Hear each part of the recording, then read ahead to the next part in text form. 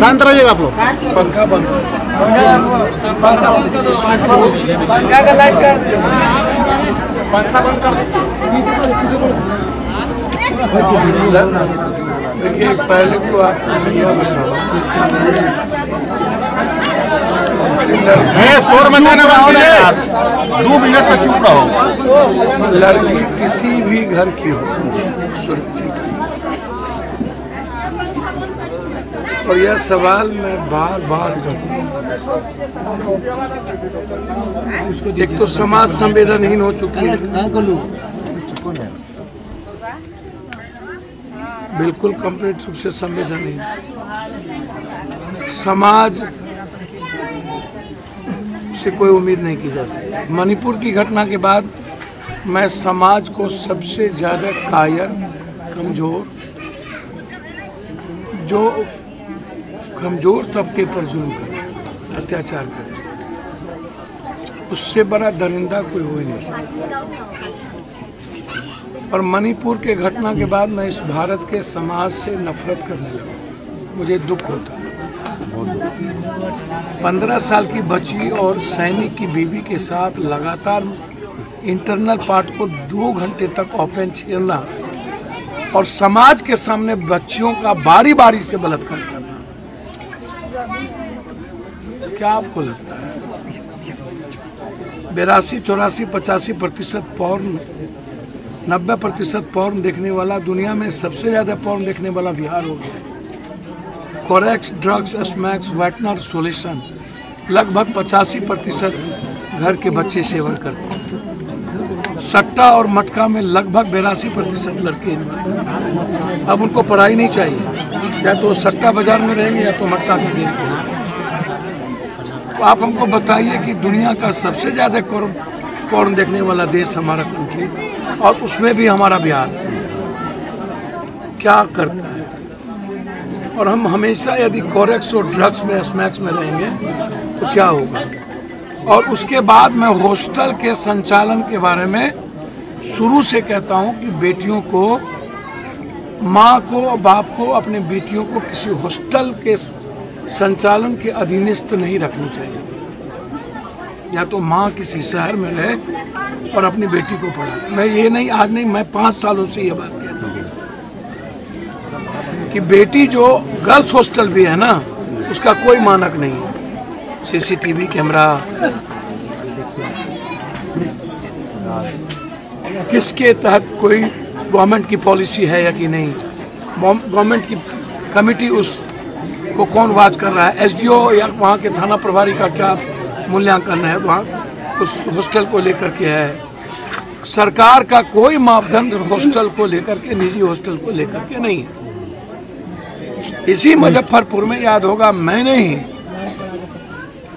पप्पू यादव ने ही इसी मुजफ्फरपुर में ब्रजेश ठाकुर के मामले को उजागर किया। और उसके चाहे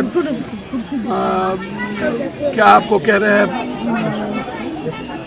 मधुबनी हो या मुजफ्फरपुर, उनके हॉस्टल से लगभग पटना से लेकर के कोई ऐसा पदाधिकारी नहीं था, नेता नहीं था जहां लड़की का सप्लाई नहीं हुआ था। अभी हाल में फिर CBI ने एक कंकाल, CBI ने यहां तक कह दिया कि जिस लड़की का कंकाल इन्होंने दिखाया वो लड़की अभी तक गायब है, वो लड़की का ये कंकाल नहीं है। फिर एक न्यू केस हुआ।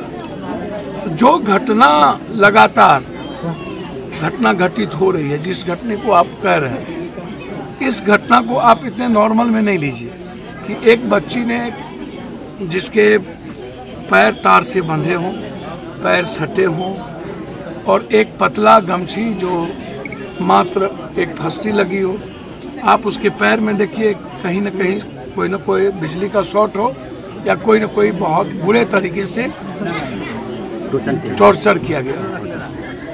और उसमें जो वार्डन है वहाँ का, और जो हमारे हॉस्टल संचालन जो पदाधिकारी है, रिटायर्ड दरोगा, उनका जो आचरण पहले भी रहा है, जितने उसके पास संपत्ति है, तो उनकी इंक्वायरी होगी तो पता चल जाएगा। रिटायर्ड दरोगा का आचरण कोई आज से नहीं, ये शुरू से उनका आचरण कंप्लीट रूप से खराब रहा है। उसमें आप उसको आप समझ लेंगे। मैं बहुत क्लियर हूँ इस मामले में।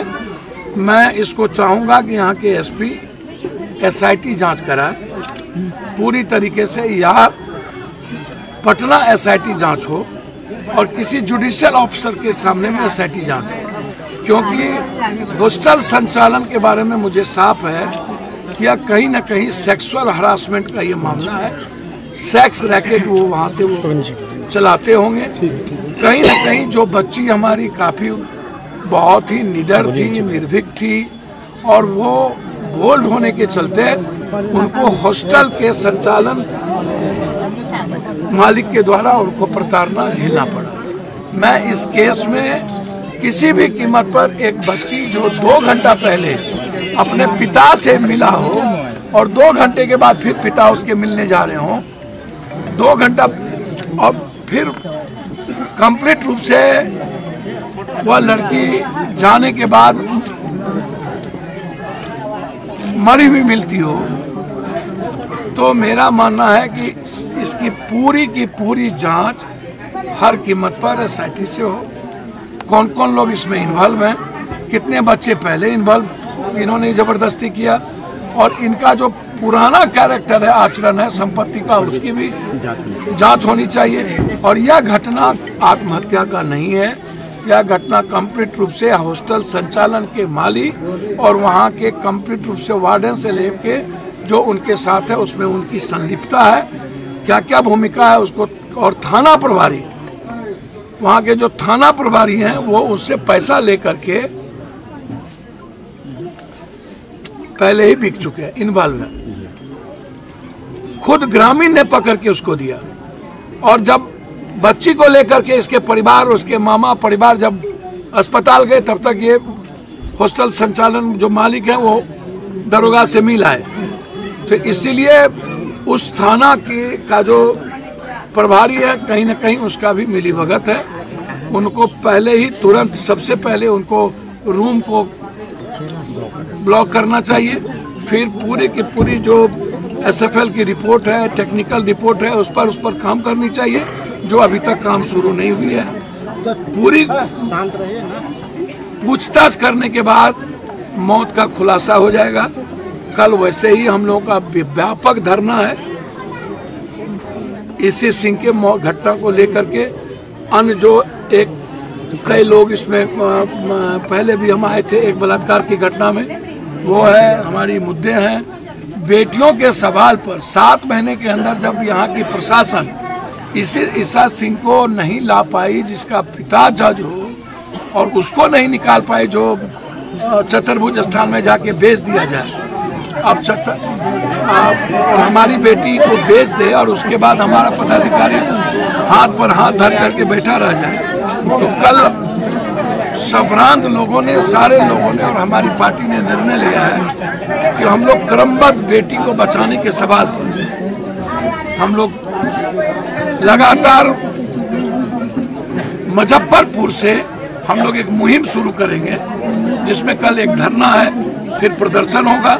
और हम लोगों ने क्रमबद्ध जब तक ईसा सिंह, हमारी बच्ची खुशी और एक बच्ची है, जब तक न्याय नहीं मिलेगी तब तक कल हम लोग खुशी को भी ऐड करेंगे। हम उसका भी बैनर, खुशी का भी बैनर न्यायिक जांच के लिए हम उठाएंगे, वो भी रखेंगे। आप सब लोग आइए, और आप सब लोग कल, सब लोग से आग्रह है कि एक एक आदमी से आग्रह है कि सारा होर्डिंग बैनर लेके समाहरणालय पर, समाहरणालय पर यहाँ से जस्टिस खुशी सिंह, जस्टिस ईसा सिंह, जस्टिस खुशी को हम लोग कैसे करें, इसको लेकर के कल से हमारी लड़ाई जारी रहेगी। इस परिवार के जस्टिस में हम दबने नहीं देंगे, हम पर भरोसा रखिएगा। पप्पू यादव, आपको मैं एक बात बता दूं, 1 लाख गोली मैं खाऊंगा, 1 लाख गोली मैं खाऊंगा किसी भी कीमत पर। मैं आपको बहुत क्लियर बता दूं, अपराधी माफिया को मैं नष्टो नाबूद करके मुजफ्फरपुर से जाऊंगा। जब तक इस यहाँ के माफिया, यहाँ के अपराधियों के लिए मैं चैलेंज बन चुका, या तो हमको मार दे या तो हम उसको कानून से मारेंगे ही मारेंगे। इसमें जितने रसूखदार लोग हों, जितने ताकतवर लोग हों, सबको जो जिन बातों को पप्पू यादव ने शाही के मर्डर में उठाया, सारा चीज आप उठा के देख लीजिए। वही सेम चीज, एक एक चीज को स्वीकार किया है इस अपराधियों ने कि हमने कैसे कैसे मारा। आप देख लीजिएगा। इस शहर में कल भट्टी आए और उसके सामने यह मामला क्यों नहीं उठा? ईसा सिंह का मामला क्यों नहीं उठा? इसलिए मुजफ्फरपुर नॉर्थ जोन की राजधानी है। किसी भी दल के लोग हों या किसी भी संस्था के लोग, ताकतवर लोग, हम आपको वचन देते हैं कि अपराधियों का जब तक हम मुजफ्फरपुर के धरती से नामो निशान, माफियाओं का नहीं मिटाएंगे, तब तक हम बिहार में चैन से नहीं रहेंगे। और खुशी पासवान को न्याय मिल के रहेगा, चाहे जिस कीमत पर मिले। मरते जब तक न्याय मिलेगा, जिंदा जब तक बेफिक्र। धन्यवाद।